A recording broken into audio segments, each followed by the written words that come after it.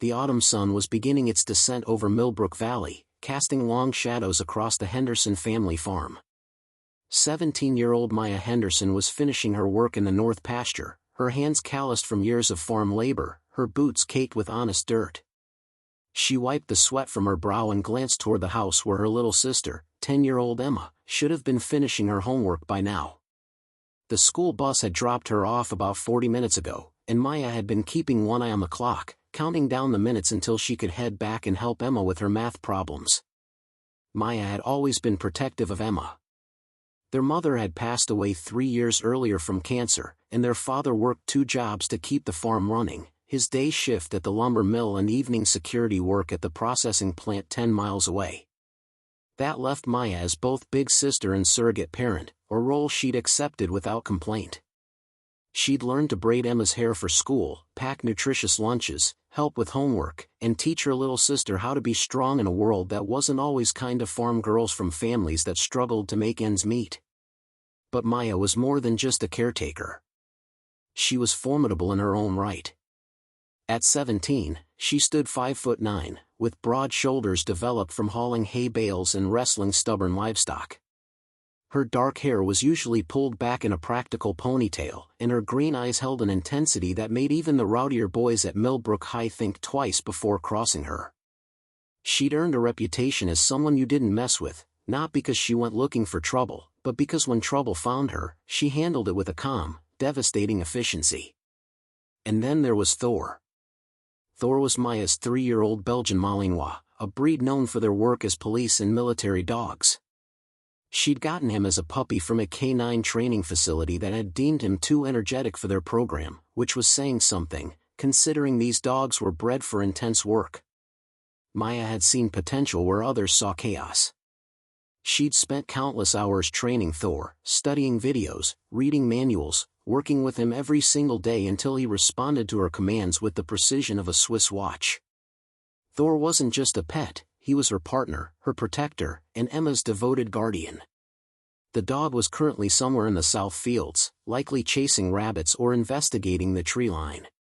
Maya wasn't worried, Thor always came when called, his recall so reliable she could summon him from half a mile away with a single whistle. As Maya secured the gate on the north pasture and started walking back toward the farmhouse, she felt that inexplicable sensation that something wasn't right. It wasn't anything she could point to specifically, the chickens weren't raising an alarm, the horses in the stable seemed calm, the afternoon breeze carried only the usual scents of grass and livestock. But Maya had learned to trust her instincts. Growing up on a farm taught you to read subtle signs, to notice when something was even slightly out of place. She quickened her pace, her work boots crunching on the gravel path that led from the pastures to the main yard. The Henderson farm sprawled across 40 acres, with the house sitting at the center like a hub, surrounded by barns, equipment sheds, and fenced pastures. It was the kind of property that had been in families for generations. Their great-grandfather had built the original house, and each generation had added to it, patched it, kept it standing through storms and economic hardships. As Maya rounded the equipment shed, she heard something that made her blood run cold, Emma's voice, high-pitched and afraid, followed by cruel laughter. Male voices. Multiple boys, by the sound of it. Maya's protective instincts ignited like gasoline meeting a match. She broke into a run, her long legs eating up the distance between the shed and the house. As she cleared the corner of the barn, the scene that greeted her made rage bloom hot and fierce in her chest. 3 boys had Emma cornered against the fence near the chicken coop. Maya recognized them immediately, Ryan Bradshaw, Jake Morrison, and Tyler Chen, all 16 years old, all from town, all with reputations as troublemakers who thought being from families with money gave them the right to treat everyone else like garbage. Ryan was the ringleader, tall and broad but soft from too much time playing video games and not enough time doing real work. Jake was his lieutenant, always eager to impress Ryan with escalating cruelty. Tyler was the follower, the one who went along with whatever the other 2 did because he was too weak to stand up to them. Emma's backpack lay on the ground, its contents spilled in the dirt, books, pencils, her favorite purple notebook with unicorns on the cover. Her face was streaked with tears, and she was pressed back against the fence, trying to make herself as small as possible. Ryan was holding her lunchbox, the one Maya had packed that morning with Emma's favorite snacks, tossing it from hand to hand while Jake laughed. "What's wrong, farm girl?" Ryan was saying, his voice dripping with mockery. "You gonna cry? You gonna run tell your sister? Oh wait, she's probably too busy shoveling cow shit to care about a little brat like you." Before we jump back in, tell us where you're tuning in from, and if this story touches you, make sure you're subscribed, because tomorrow, I've saved something extra special for you. Maya's vision narrowed to a tunnel focused entirely on those 3 boys and her terrified sister. Every protective instinct she'd honed over the past 3 years roared to life. She assessed the situation in seconds. Emma was unhurt physically, but frightened. The boys were blocking her path to the house. They were on Henderson property, which meant they were trespassing. And they had made the catastrophic mistake of threatening someone Maya would die to protect. She approached with deceptive calm, her footsteps steady and purposeful. "Emma, come here," Maya called out, her voice cutting through the boys' laughter like a knife. All 3 boys spun around, and Maya saw the moment they recognized her. Ryan's smirk faltered slightly before he recovered, puffing out his chest in a display of false bravado. Jake's eyes widened just a fraction. Tyler actually took a step backward. Well, if it isn't Maya Henderson," Ryan said, trying to sound confident but not quite pulling it off. "We were just having a little fun with your sister. No harm done." "Emma," I said, "come here. Now." Maya kept her eyes locked on Ryan, her voice carrying the kind of authority that came from years of commanding animals 10 times her weight. Emma didn't need to be told twice. She bolted from the fence, scooping up her backpack as she ran past the boys. She scrambled behind Maya, her small hands clutching the back of Maya's work shirt. "You okay?" Maya asked without turning around, still maintaining eye contact with Ryan. "Why yes," Emma whispered, her voice shaky. "They said mean things about Mom. They said." "I know, sweetheart. Go in the house. Lock the door. Don't come out until I say." "But Maya." "Now, Emma."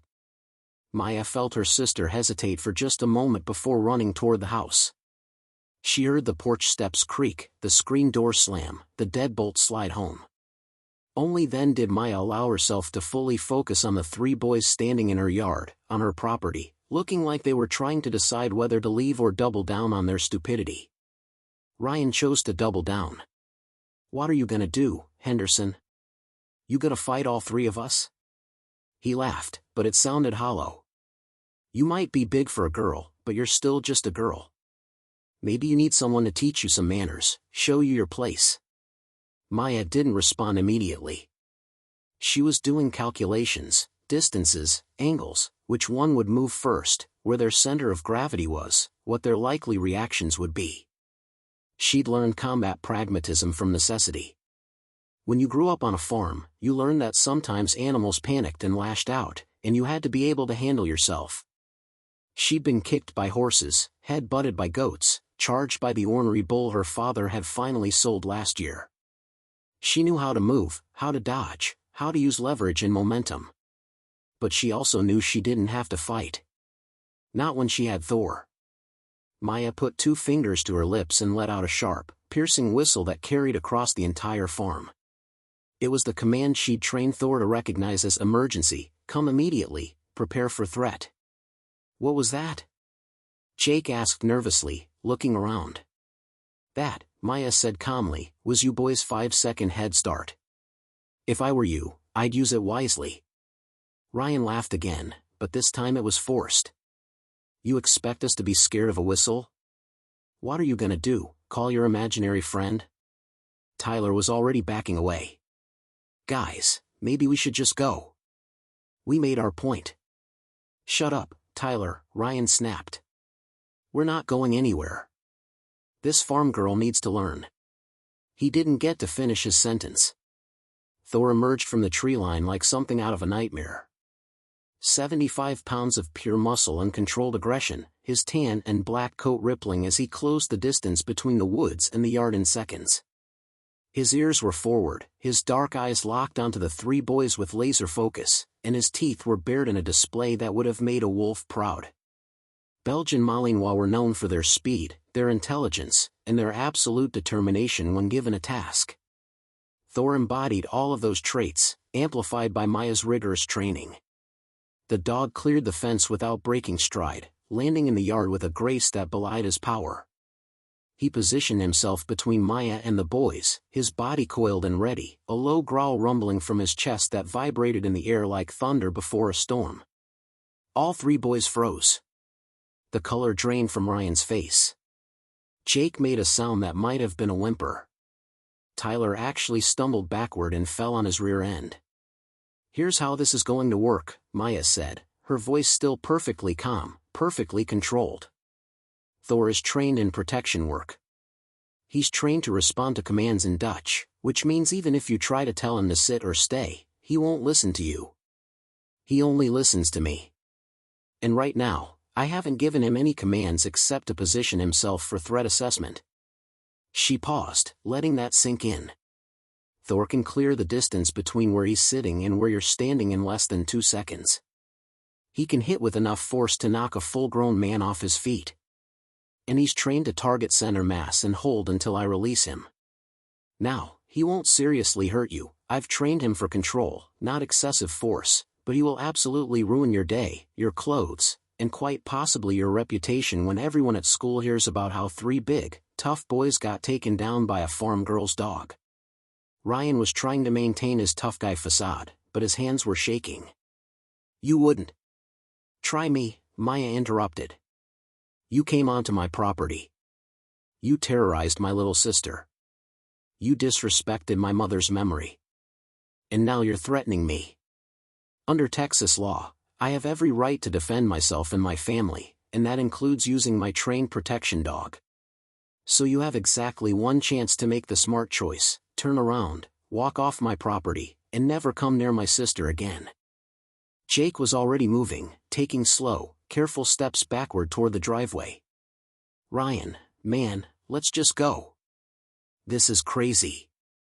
That dog looks like it wants to eat us." Tyler had scrambled to his feet and was backing away as well, his eyes never leaving Thor. The dog's muscles were tensed like coiled springs, ready to explode into action at Maya's slightest signal. His training was evident in the way he held position, not advancing, not attacking, but ready for either at a moment's notice. It was a display of controlled power that was somehow more intimidating than outright aggression would have been.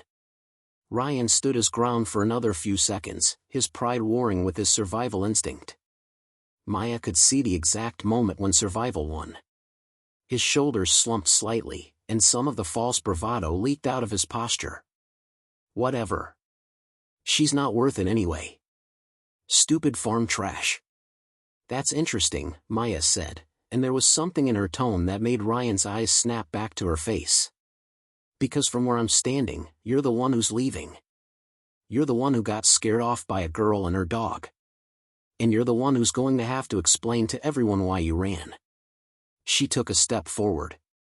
Thor matched her movement, staying perfectly aligned with her left leg, his body a furry extension of her will. "So here's what's actually going to happen. You're going to leave. And if I ever, and I mean ever, see you near my sister again, if I hear that you've said one word to her at school, if you so much as look in her direction, I will find you. And next time, I might not be in such a forgiving mood. Next time, I might let Thor practice his takedown skills. Are we clear?" "Crystal," Jake said quickly, already halfway to the driveway. Tyler nodded frantically, stumbling backward another few steps. Ryan held Maya's gaze for a long moment, trying one last time to salvage some shred of dignity. But there was nothing to salvage. He'd been outmaneuvered, outmatched, and completely outclassed. Finally, he turned and walked away, trying to maintain some swagger in his stride but failing miserably. Maya and Thor stood perfectly still, watching as the 3 boys climbed over the fence where they'd apparently entered the property. There was a section in the back where the wire was loose, something she'd have to fix this weekend. They disappeared into the woods that bordered the farm, heading back toward town on foot. Only when they were completely out of sight did Maya allow herself to relax slightly. She reached down and placed her hand on Thor's head, scratching behind his ears. "Good boy," she murmured. "Such a good boy. Stand down." Immediately, Thor's posture changed. The tension leaked out of his muscles, his tail began to wag, and he looked up at Maya with those intelligent eyes that seemed to understand everything she said. She knelt down and wrapped her arms around the dog, pressing her face into his fur for just a moment, allowing herself to feel the fear she'd been suppressing for Emma's sake. "Thank you," she whispered. "Thank you for being here." Thor licked her face, which was his usual response to human emotions he didn't fully understand but wanted to help with anyway. Maya laughed despite herself, a shaky sound that was part relief and part residual adrenaline. The screen door creaked, and Maya looked up to see Emma standing on the porch, her face still streaked with tears but her eyes wide with awe. "Maya? Is it safe?" "Yeah, sweetheart. It's safe. Come here."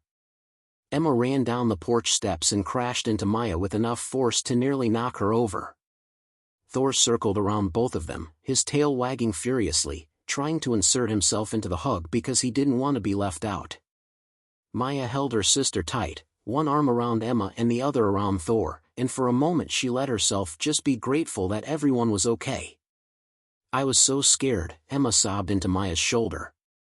"They said awful things, and they pushed me, and they threw my books in the dirt, and I didn't know what to do." "Shoo, I know. I know. But you're safe now. And those boys are never going to bother you again, I promise." "How did you know to come? How did you know I needed help?" Maya pulled back slightly and used her thumbs to wipe the tears from Emma's cheeks. "Because I'm your big sister. I'll always know when you need help. That's my job, to keep you safe. And Thor's job too." As if understanding he'd been mentioned, Thor pushed his nose into Emma's hand, and despite everything, Emma giggled. "He's the best dog in the whole world." "Yeah, he is," Maya agreed. She stood up, keeping one hand on Emma's shoulder. "Come on, let's get you cleaned up and get your homework done. Dad will be home in a few hours, and I'll tell him what happened. Those boys won't get away with this." As they walked toward the house, Emma clutching Maya's hand on one side and Thor trotting proudly on the other, Emma asked quietly, "Maya? Were you really going to let Thor attack them?" Maya considered the question carefully. She'd always tried to be honest with Emma, even when the truth was complicated. "Only if they'd tried to hurt you or me. Thor's trained to protect, but I'm trained to control him. I would never let him seriously hurt anyone unless there was absolutely no other choice. But those boys didn't need to know that. Sometimes, the threat of something is more powerful than the thing itself. Does that make sense?" Emma nodded slowly. "I think so. Like when Dad tells me he'll take away my tablet if I don't do my chores, but he's never actually done it because I always do my chores." Maya smiled. "Exactly like that. Smart girl." They climbed the porch steps together, and as Maya opened the screen door, she paused to look back across the farm. The sun was lower now, painting everything in shades of gold and amber. Somewhere in the distance, she could hear the cattle lowing as they gathered near the barn for evening feeding.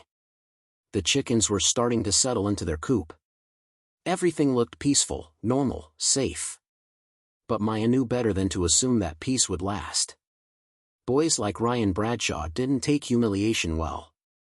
They would stew on what had happened, let their resentment build, maybe convince themselves that the story wasn't that they'd been scared off, but that they'd been cheated somehow, ambushed, that if it had been a fair fight they would have won.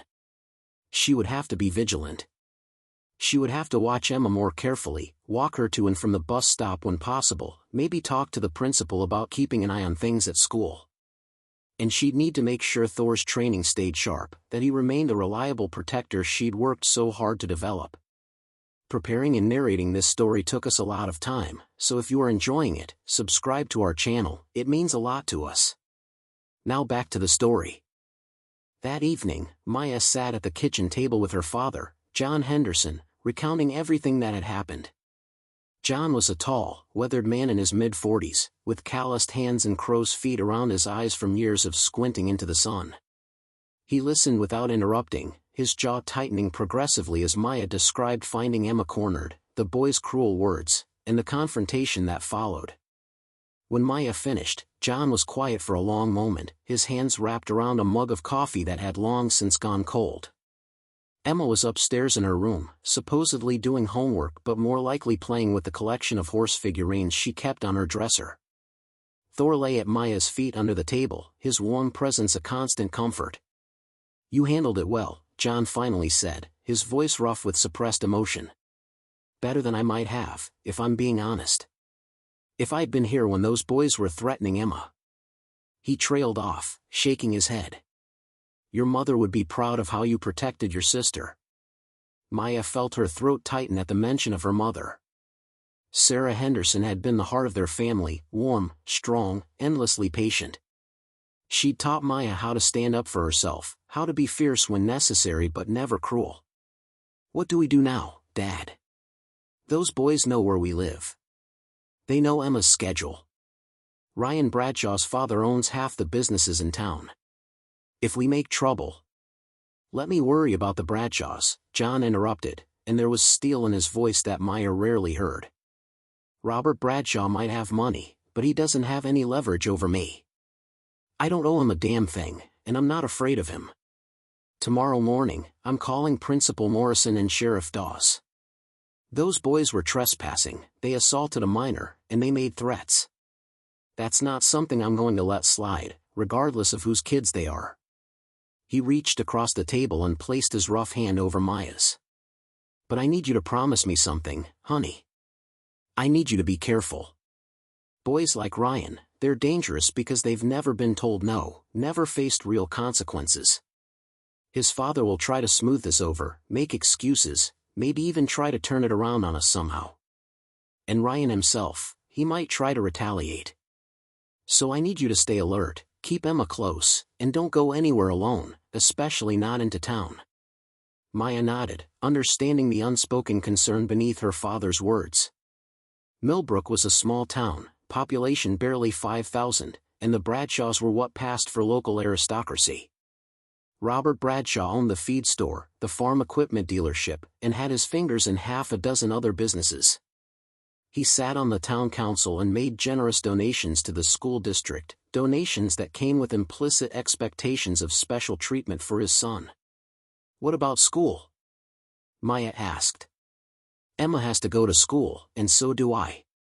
We can't just hide here on the farm." "No, we can't," John agreed. "But we can make sure people know what happened. Sunlight is the best disinfectant, as they say. Once the school administration is aware, once the sheriff knows, it becomes a lot harder for the Bradshaws to sweep this under the rug. And I'll drive Emma to and from school myself for a while, at least until we're sure this has blown over." They talked for another hour, working through logistics and contingencies. John would rearrange his schedule to be more present. Maya would keep Thor close whenever she was working around the farm. They would install better locks on the gates and fix that section of fence the boys had used to enter the property. Emma would be given a cell phone, nothing fancy, just a basic model that could call or text in emergencies.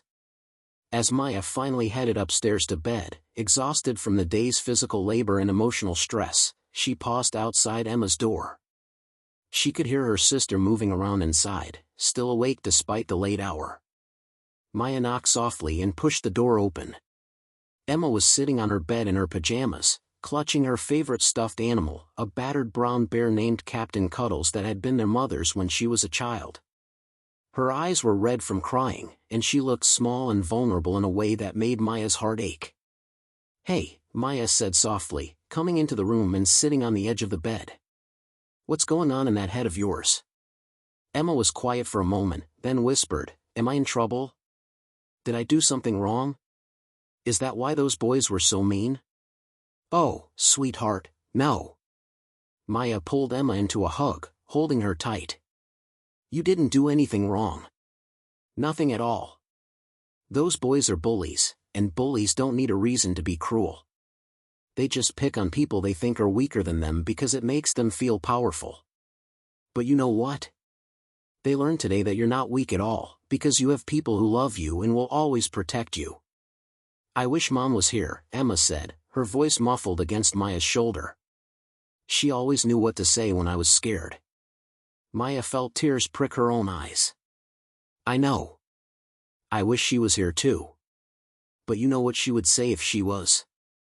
She'd say that being scared is okay, that it's human, but that we don't let fear control us. She'd say that we're Henderson women, and Henderson women are made of tougher stuff than boys like Ryan Bradshaw can understand. Emma pulled back slightly, wiping at her eyes. Do you really think Thor would have bitten them?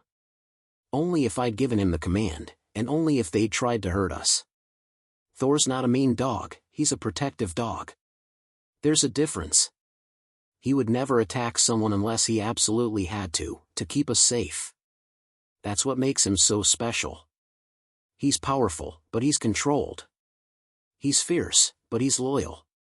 He's everything a good protector should be. Like you, Emma said simply. Maya felt her heart squeeze. I try to be. And I promise you, Emma, as long as I'm around, nobody is going to hurt you. Not Ryan Bradshaw, not anyone. Okay? Emma nodded, some of the tension finally leaving her small shoulders. Okay. Maya? Can Thor sleep in my room tonight? I think that can be arranged. Maya stood up and went to the door, calling softly for Thor. The dog appeared immediately, his tail wagging as he trotted into Emma's room and jumped up onto the bed without hesitation, a violation of the usual house rules that Maya was willing to overlook tonight. Thor circled twice before settling next to Emma, who immediately curled up against his warm bulk. Thank you, Emma murmured, already sounding drowsy. For everything. You're the best sister ever. And you're the best little sister anyone could ask for, Maya replied, her voice thick with emotion. Get some sleep, okay? Tomorrow's a new day, and Dad's going to make sure those boys face consequences for what they did. She turned off the light and closed the door partway, leaving it open just enough that she'd hear if Emma called out during the night. Then she went to her own room, where she lay awake for hours, her mind racing through everything that had happened and everything that might happen next. The next morning arrived with deceptive normalcy. The sun rose over the farm, the rooster crowed, the cattle needed feeding, and the world continued turning as if nothing significant had occurred. But Maya knew better. Today would bring consequences, conversations, confrontations. Today would determine whether justice would be served or whether the Bradshaw's money and influence would win out over what was right. John Henderson kept his word. By 9 o'clock that morning, he'd made calls to both Principal Morrison at Millbrook High School and Sheriff Tom Dawes.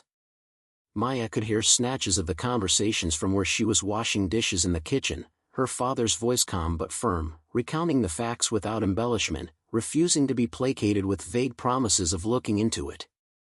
Emma sat at the kitchen table, picking at her breakfast and looking miserable. She'd barely slept, despite Thor's comforting presence, and now she was dreading going to school where she'd have to face not just her attackers but also the inevitable gossip that would spread like wildfire through the small school community. Do I have to go? Emma asked quietly as Maya brought her a glass of orange juice. Can't I just stay home today? Maya exchanged a glance with her father, who had just hung up the phone. John came over and knelt beside Emma's chair, taking her small hands in his large, work-roughened ones. I know you're scared, he said gently.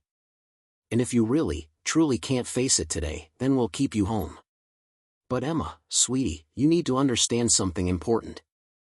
If you hide, if you let those boys make you afraid to go to school, then they win. They'll know they have power over you, and bullies feed on that power.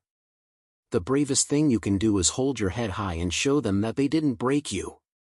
But what if they do something else? Emma's voice was small, frightened. What if they hurt me when no one's looking? That's not going to happen, John assured her. I spoke with Principal Morrison, and he's promised to keep an eye on the situation.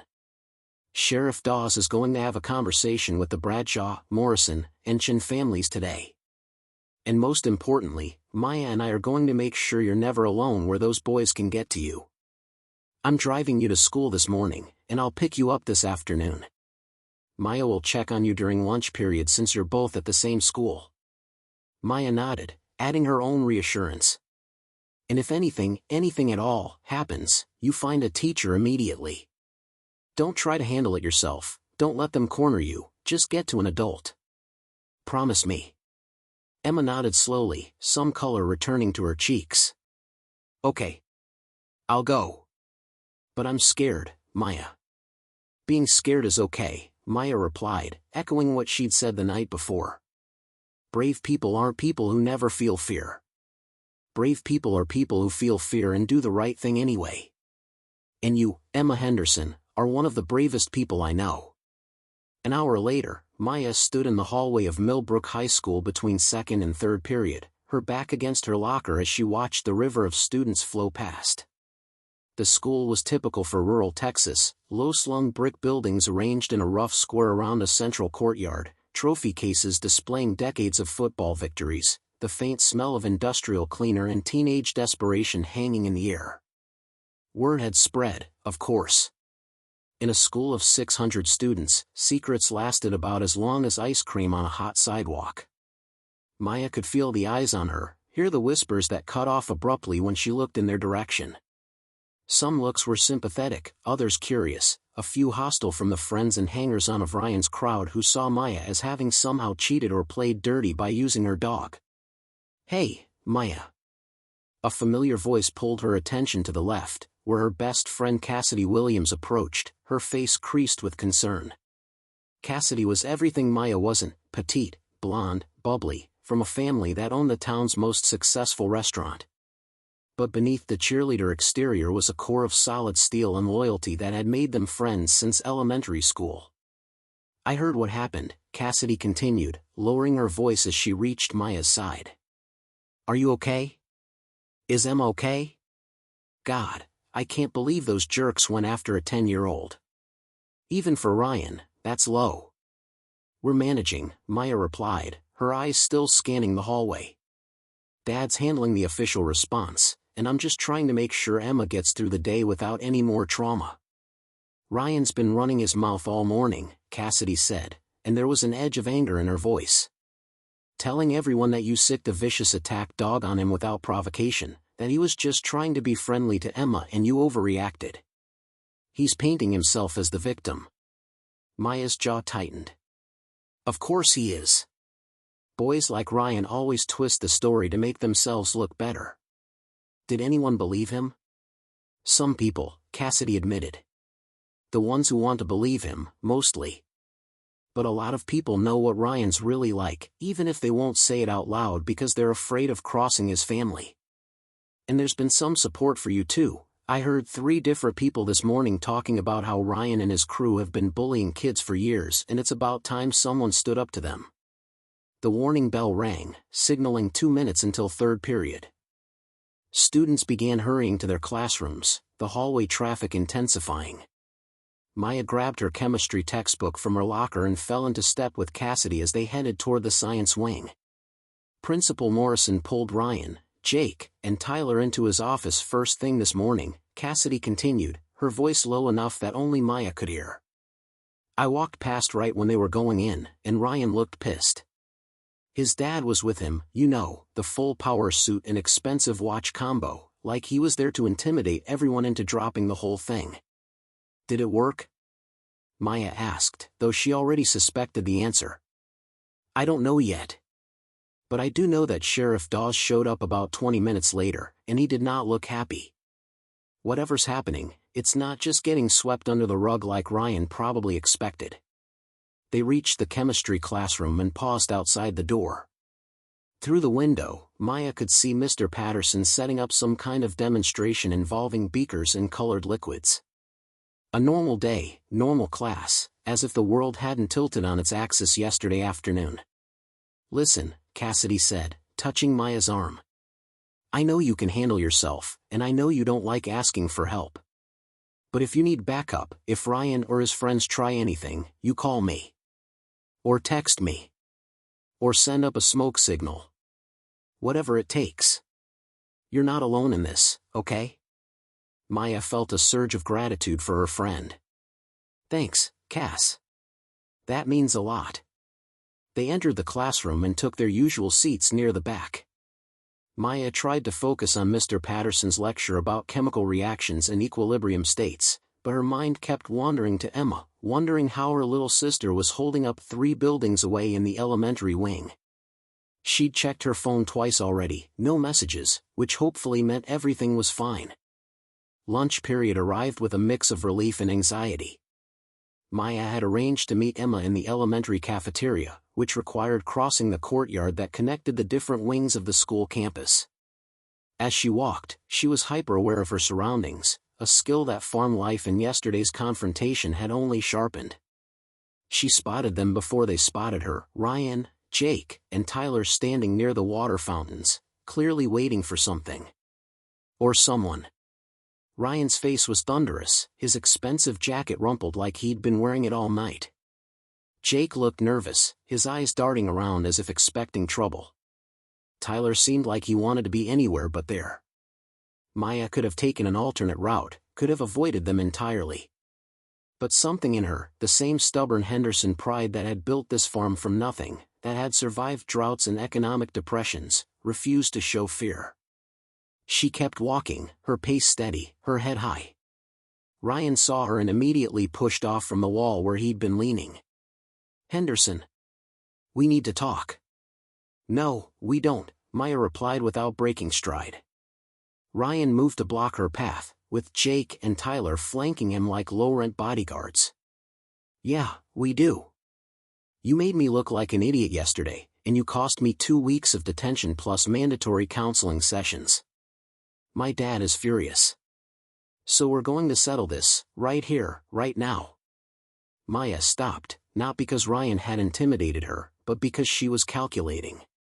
They were in the courtyard in broad daylight with dozens of students around. Cameras covered every angle, the school had installed them after a vandalism incident 2 years ago. Whatever Ryan was planning, he couldn't get away with much here. There's nothing to settle, Maya said calmly. You terrorized my 10-year-old sister.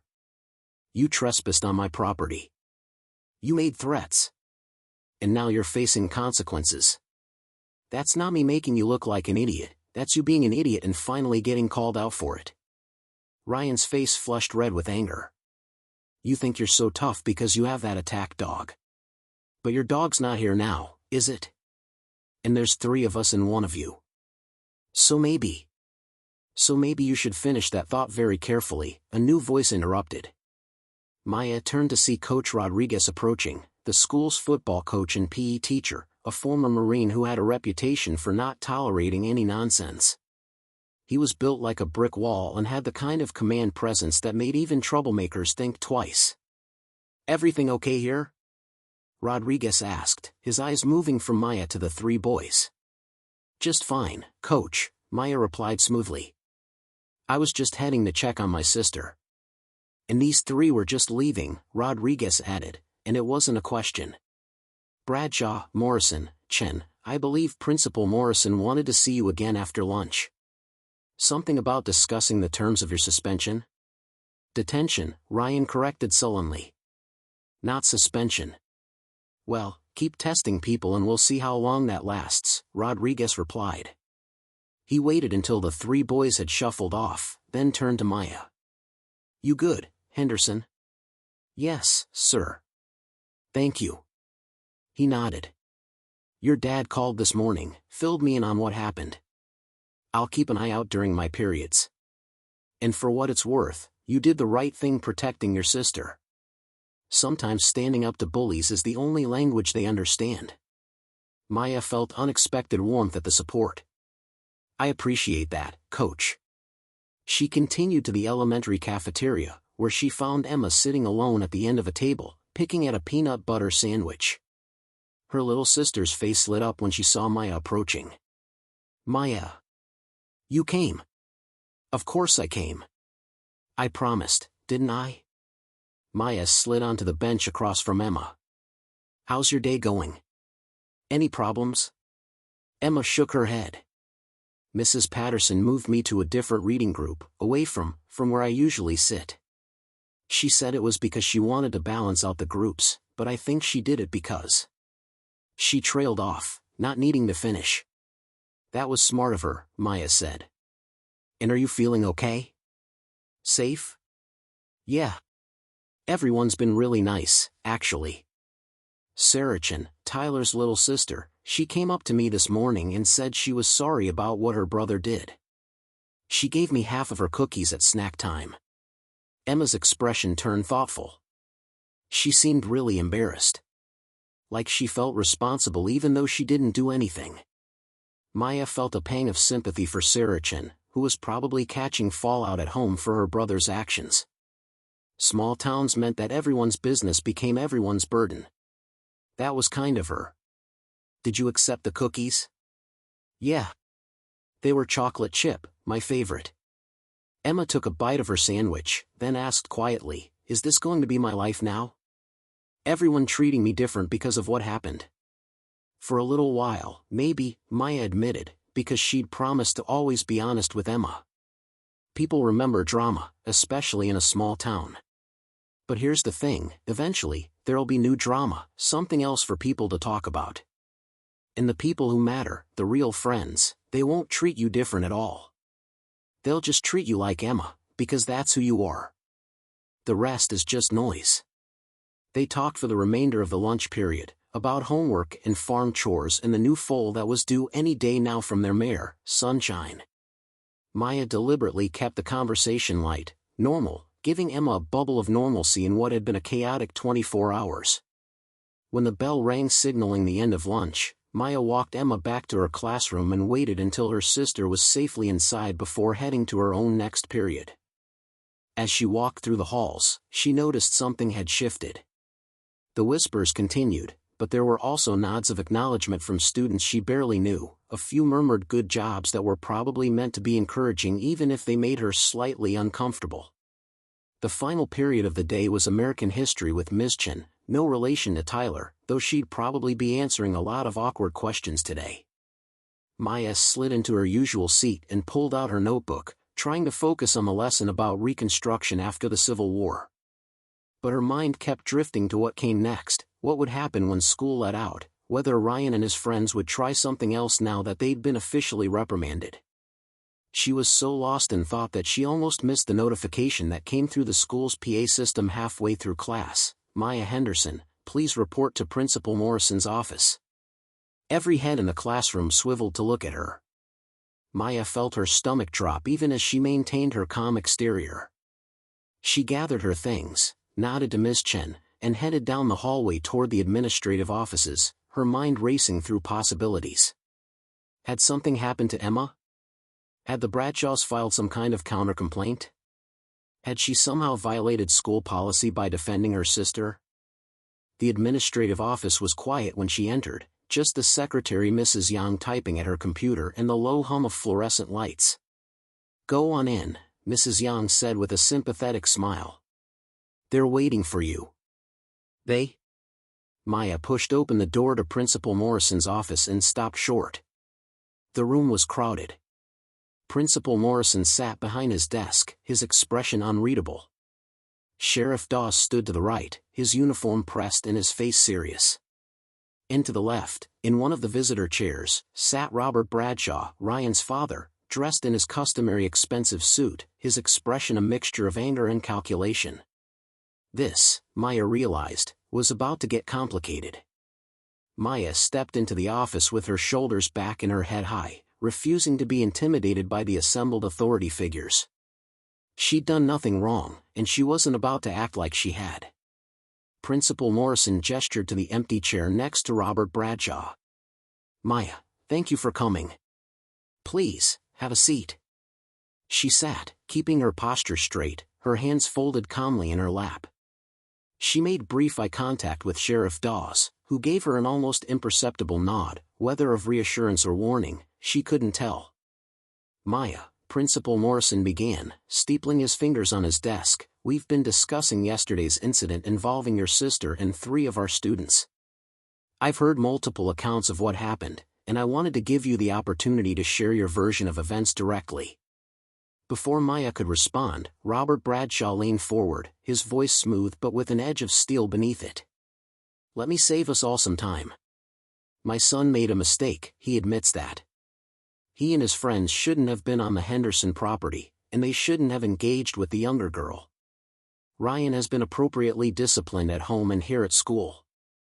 However, Ms. Henderson's response was disproportionate and dangerous. She threatened 3 minors with a trained attack dog. That animal could have seriously injured my son.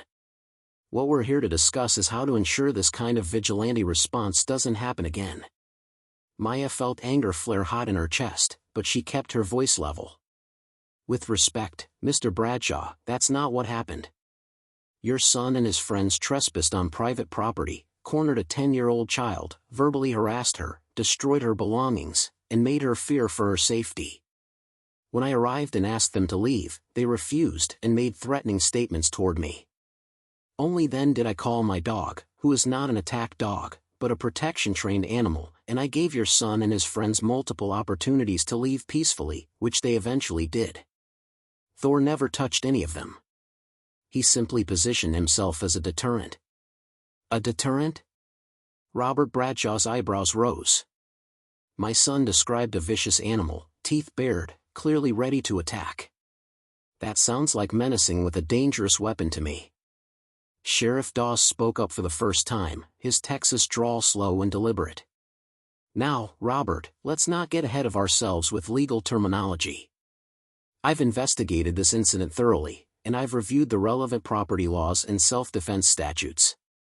The Henderson property is clearly posted with no trespassing signs.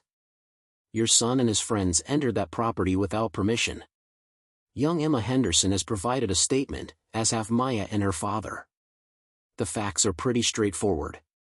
"The facts," Robert Bradshaw said, turning to face the sheriff, "are that a 17-year-old girl used an intimidation tactic that could have resulted in serious injury.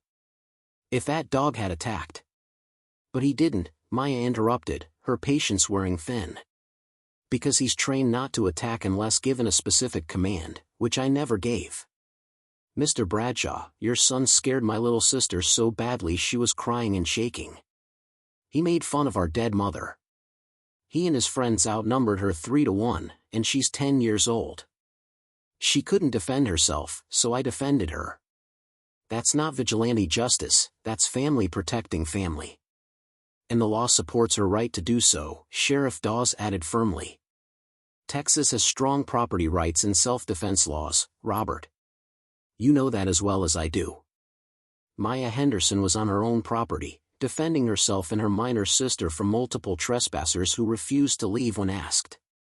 She used reasonable force to de-escalate the situation, and yes, a trained protection dog counts as reasonable force when faced with 3 teenage boys who are bigger and stronger than you." Principal Morrison cleared his throat. "Sheriff Dawes, I appreciate the legal perspective, but we also need to consider the school environment. We have a zero-tolerance policy for violence and threats of violence. Then that policy should apply to Ryan, Jake, and Tyler," Maya said quickly. "They threatened Emma. They made her feel unsafe. If you're going to enforce zero tolerance, enforce it fairly." "We are," Morrison assured her. "All 3 boys have received detention, mandatory counseling, and they've been warned that any further incidents will result in suspension. But Mr. Bradshaw has raised concerns about whether you might bring your dog onto school property, and I need to address those concerns." Maya stared at him incredulously. "Bring Thor to school? Why would I do that? He's a farm dog. He stays on the farm, doing farm work. The only reason he was involved yesterday is because the incident happened on my property." "Nevertheless," Robert Bradshaw interjected, "I want assurances. Written assurances that this animal will not come within 500 feet of my son." "Your son came onto my property," Maya shot back, her composure finally cracking slightly. "If he stays away from my family and my farm, he'll never see Thor again. But I'm not signing anything that restricts my rights to have my dog on my own property." "That's absurd." Sheriff Dawes nodded. "She's right, Robert.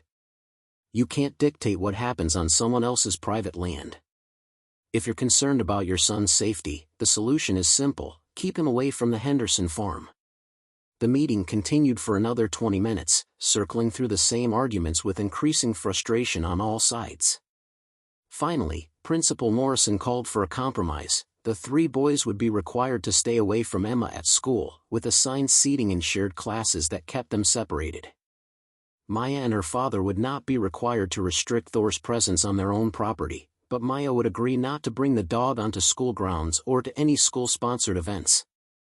Both parties would sign a statement acknowledging these terms and agreeing that any violation would be treated seriously. It wasn't perfect, but it was something. Robert Bradshaw signed the agreement with visible reluctance, his jaw tight with barely suppressed anger. Maya signed it with steady hands, then stood to leave. "Miss Henderson," Robert Bradshaw said as she reached the door, his voice cold. "A word of advice. In this town, reputation matters. My family has deep roots here, business connections, influence.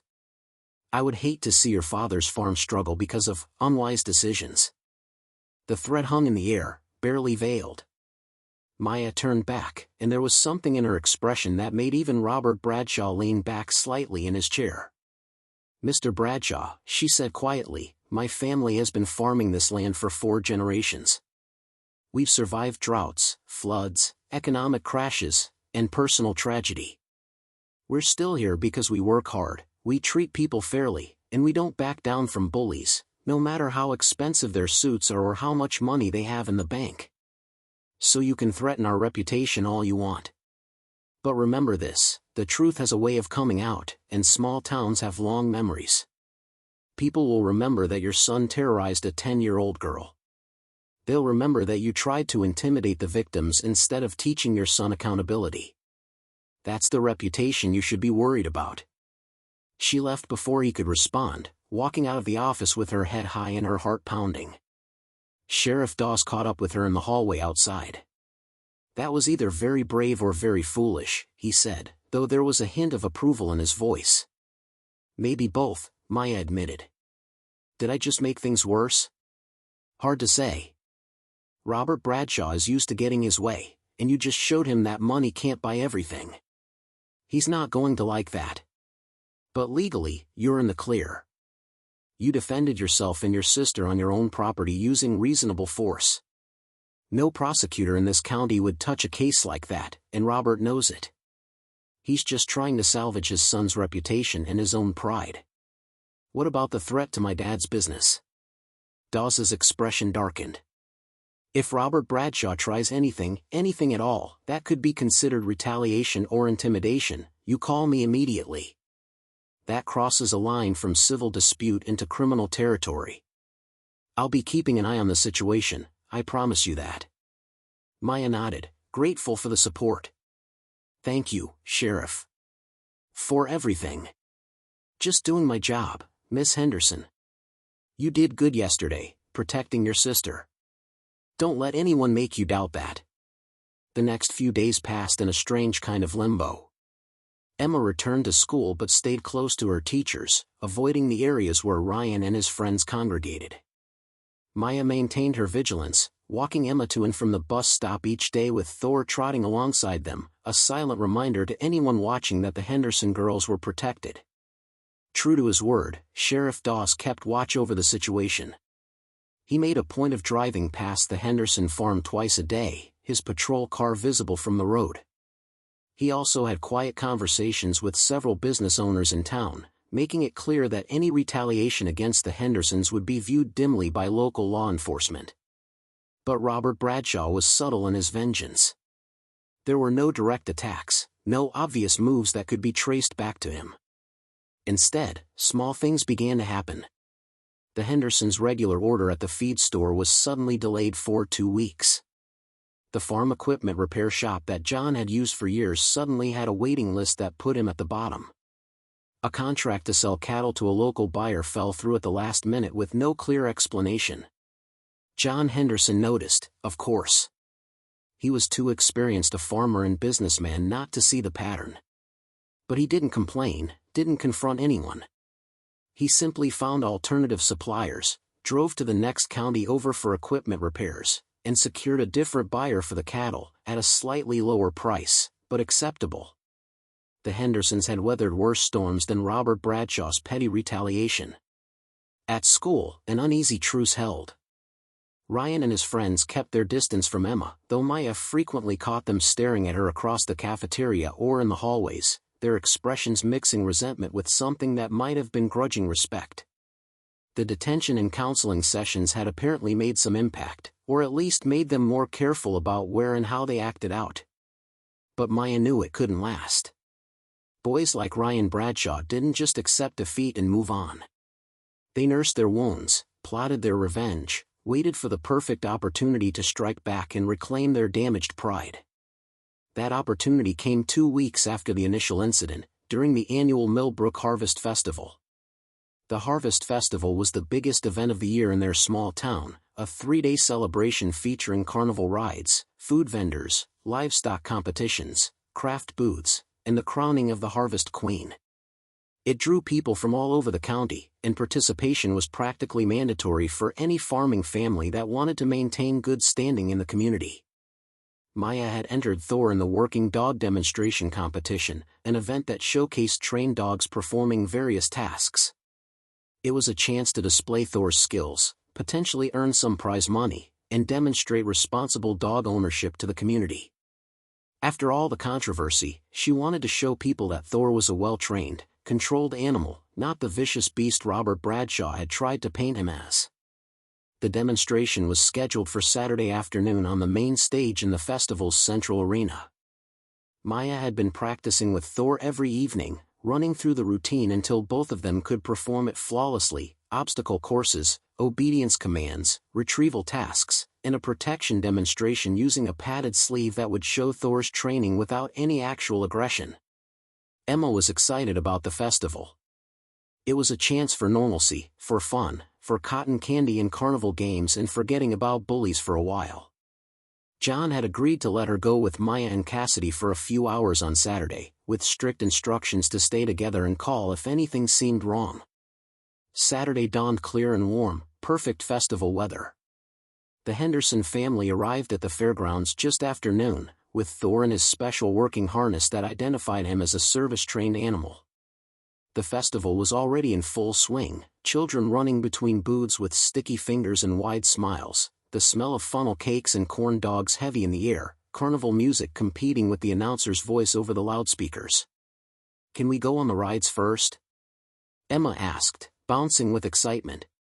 "Please? The Ferris wheel and the scrambler?" "After my demonstration," Maya promised. "It starts at 2 o'clock. Once that's done, we can ride whatever you want until you're sick." They wandered through the festival, with Cassidy meeting them near the livestock barns. She'd been showing her family's champion goat and was still wearing her official 4-H vest, her blonde hair pulled back in a neat braid. "Ready for the big show?" Cassidy asked, crouching down to pet Thor, who tolerated the attention with patient dignity. "As ready as we'll ever be," Maya replied. "Assuming nothing goes wrong." "What could go wrong?" Cassidy asked innocently.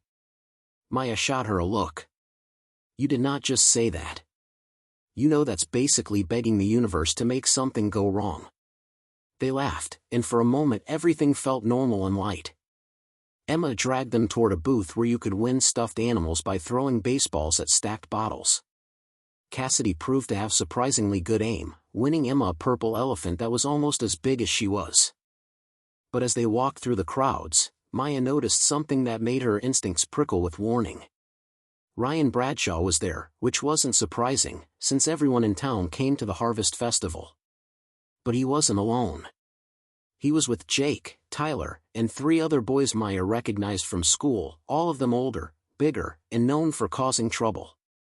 They were clustered near the livestock barns, talking in low voices and occasionally glancing in Maya's direction.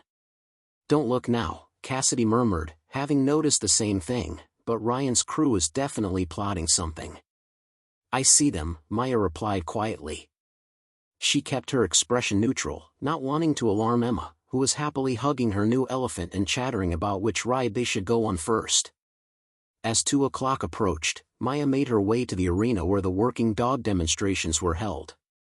It was an open-air space with bleachers on 3 sides and a large dirt performance area in the center. A decent crowd had already gathered. Dog competitions were always popular at the festival. "You've got this," Cassidy said, giving Maya's arm a squeeze. "You and Thor have practiced 1,000 times. Just do what you always do." Emma stood on her tiptoes to hug Maya. "Good luck. Thor's the best dog ever, everyone's going to see it." Maya checked Thor's harness one final time, making sure everything was secure. The dog looked up at her with calm, intelligent eyes, ready to work. Whatever happened, she knew Thor would perform flawlessly. He always did. The announcer called her name, and Maya led Thor into the arena. The crowd applauded politely as she took her position at the starting marker. The routine would last about 10 minutes, showcasing various skills and progressive difficulty. She took a deep breath, made eye contact with Thor, and gave the first command in Dutch, "Volgen." "Follow." Thor immediately moved into heel position, matching her stride perfectly as they walked the perimeter of the arena. The crowd murmured appreciatively. It was basic obedience, but executed with textbook precision. They moved through the obstacle course next, weaving through poles, jumping over hurdles, crawling under barriers, scaling an A-frame ramp. Thor navigated each obstacle with athletic grace, his attention never wavering from Maya's commands. She could see people in the crowd pointing, nodding, clearly impressed. Then came the retrieval exercises. Maya threw various objects, a glove, a set of keys, a wallet, and Thor retrieved each one, returning them to her hand undamaged. Simple tasks, but they demonstrated control, soft mouth grip, and the kind of reliability that made these dogs valuable for police and search and rescue work. Everything was going perfectly. Too perfectly. Maya was just beginning the protection demonstration, the part where Thor would show controlled aggression toward a volunteer wearing a padded bite sleeve, when she heard Emma scream. The sound cut through everything, the crowd noise, the announcer's voice, Maya's own concentration. Her head snapped toward the bleachers where she'd left Emma with Cassidy, and her blood turned to ice. Emma was struggling with 2 older boys. She didn't recognize them, but they were clearly with Ryan's group, who were trying to pull her toward the exit. Cassidy was fighting to hold on to Emma, shouting for help, but the crowd was focused on the demonstration and didn't seem to realize what was happening. And there, directing the operation from a distance, stood Ryan Bradshaw with a smirk on his face. It was kidnapping. They were trying to take her sister.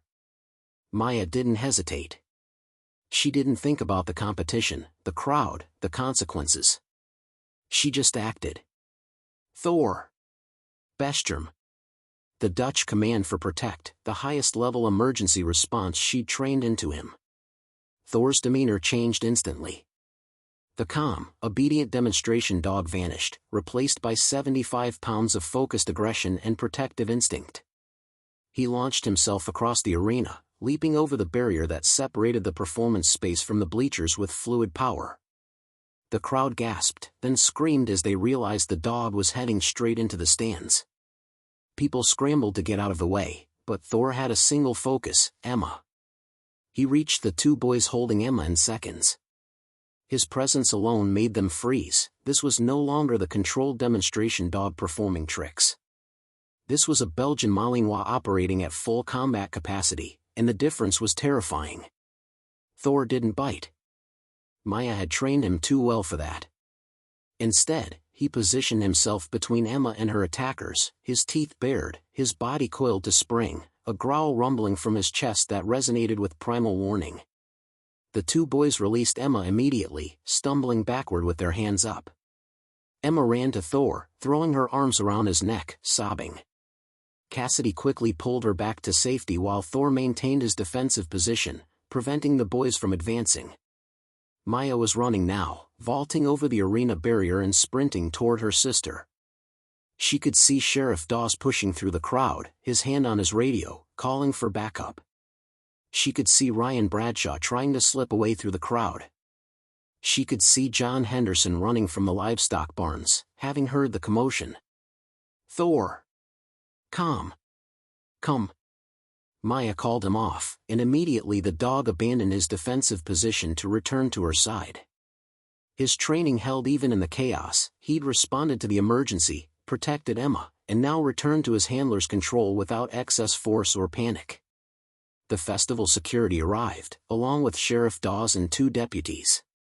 The crowd was in chaos, people shouting and pointing, trying to figure out what had just happened.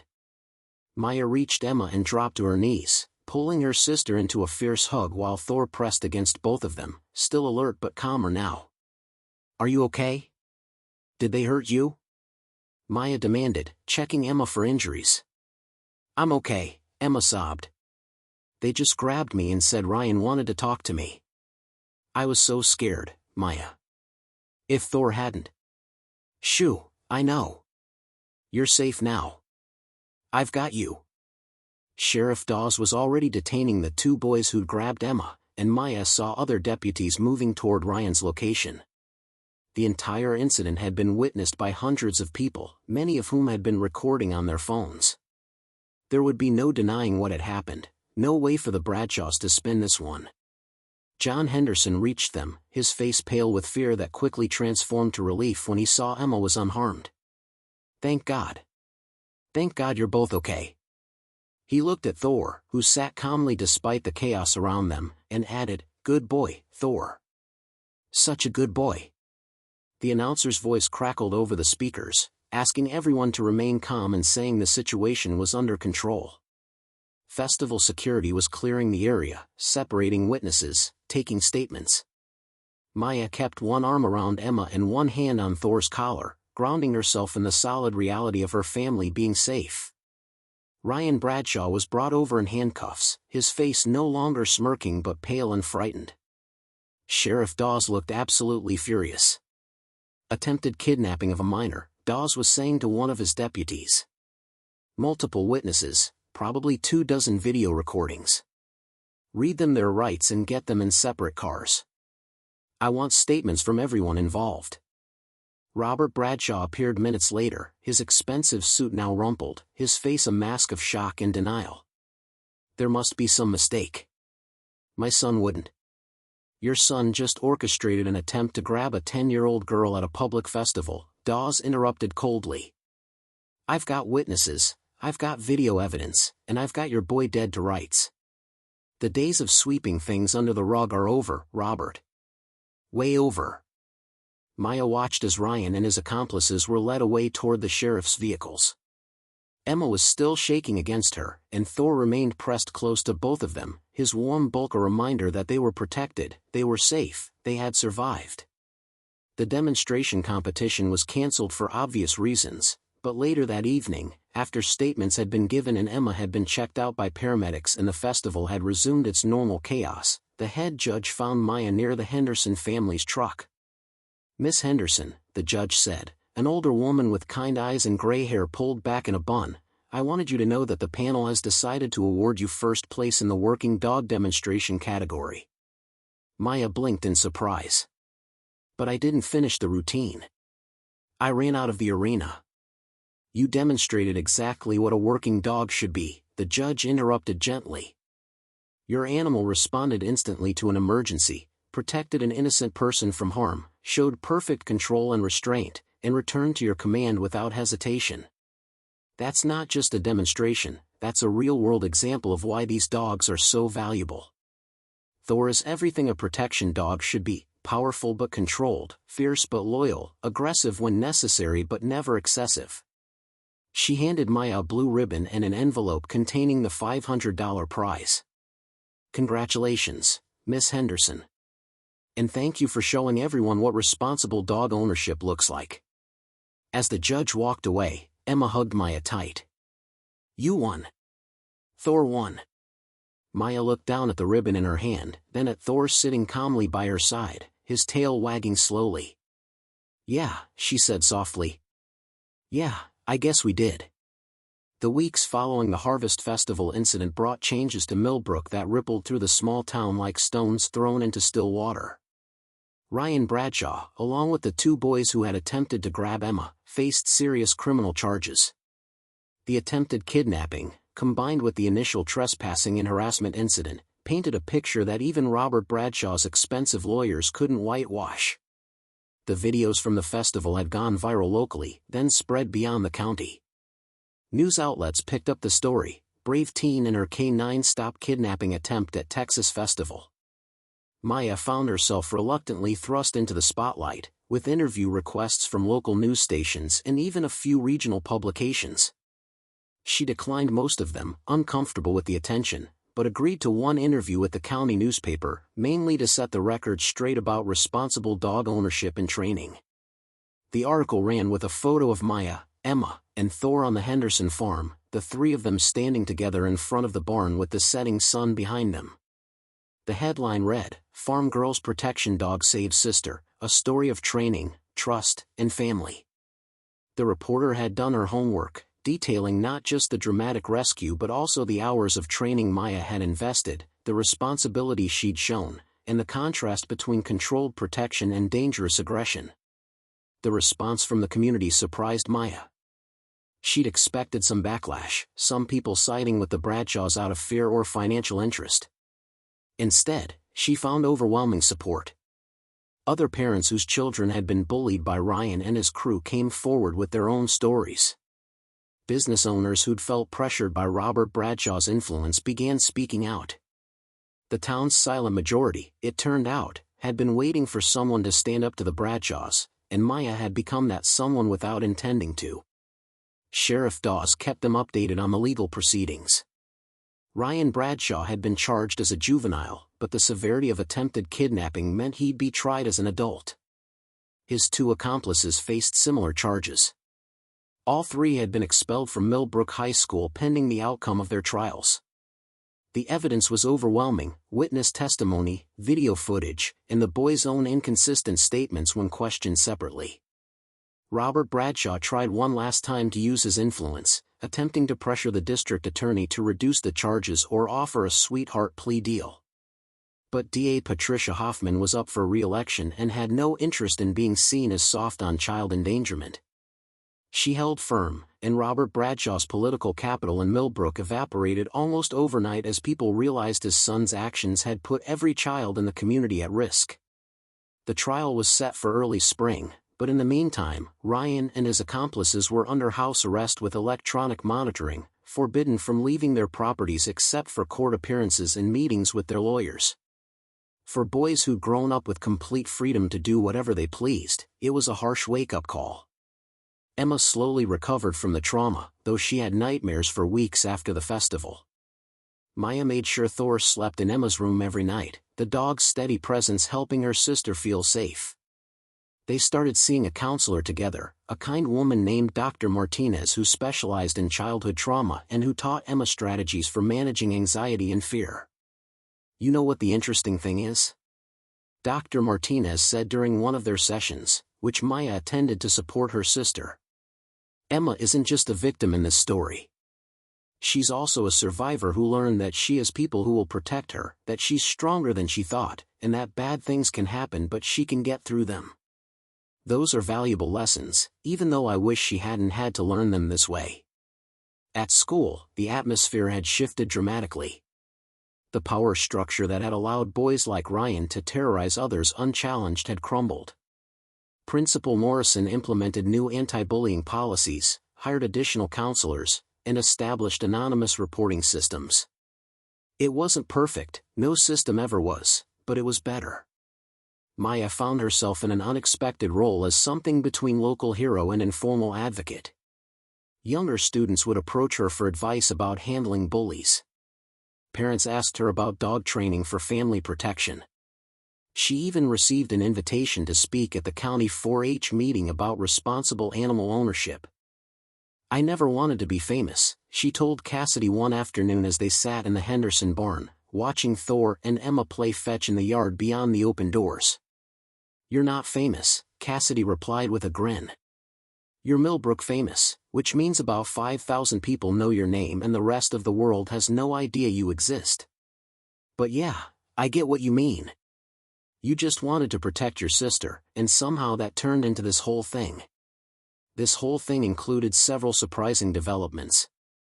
A regional K9 training facility reached out to Maya, offering her an apprenticeship program where she could learn professional dog training techniques while finishing her senior year. The program would start the summer after graduation and could lead to certification as a professional dog trainer and handler.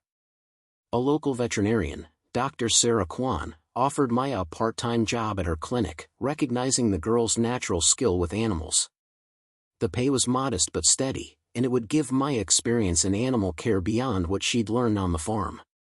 Most unexpectedly, the Harvest Festival Committee awarded Thor a special commendation for exceptional service to the community and donated the $500 prize money Maya had won to a fund they established for Emma's college education.